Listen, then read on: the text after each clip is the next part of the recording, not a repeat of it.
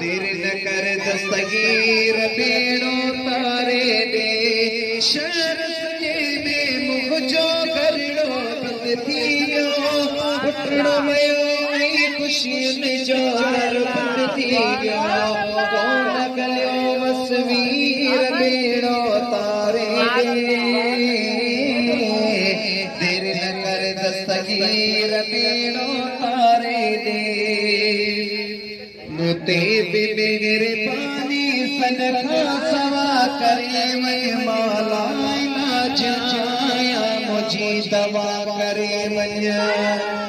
मुते बिगड़े पानी सनखा सवा करे मैं माला इलाज आया मुझी दवा करे मन्या शायद तुम कोई दो फकीर भी तो शायद तुम कोई तो फकीर भी तो अचड़ थी तो दर ते दुआ करे वञ अचड़ थी तो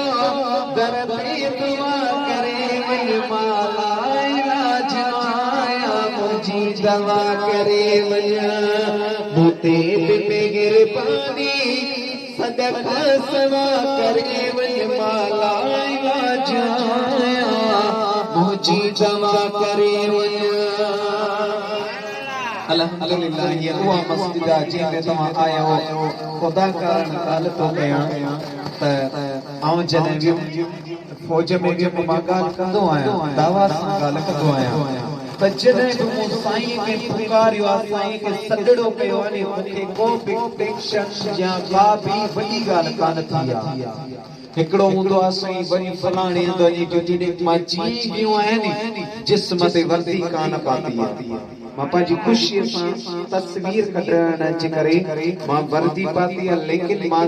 जी जियो आहियां न त न को ड्यूटी लॻे ड्यूटीअ न लॻे पुठियां मां साईं खे सॾु कयां वरी काल अचे न साईं तव्हांजी ड्यूटी न आहे असांखां ग़लती थी वई जेको आहे सो माफ़ कजो हाफ़िज़ साहिब तव्हांजी ड्यूटी न आहे का फलाणे जी आहे ड्यूटी तव्हांजी ड्यूटी न आहे का वरी मां हुनखे चवां का ॻाल्हि न आहे छा इहो साईं खे मां सॾड़ा पिया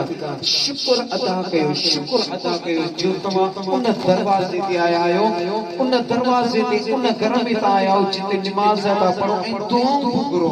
त मुंहिंजा अल्लाह साईं असां बीमार आहियूं मुंहिंजा अल्लाह साईं जो असांखे दीदार करा त साईं जो असांखे दीदार उन जा असां फ़क़ीर आहियूं गुलाम आहियूं या न आहियूं असां ताहिरी आहियूं लेकिन ताहिरी आहियूं गुलाम साईं जा बि आहियूं मुंहिंजे चवण खां ॿाहिरि जो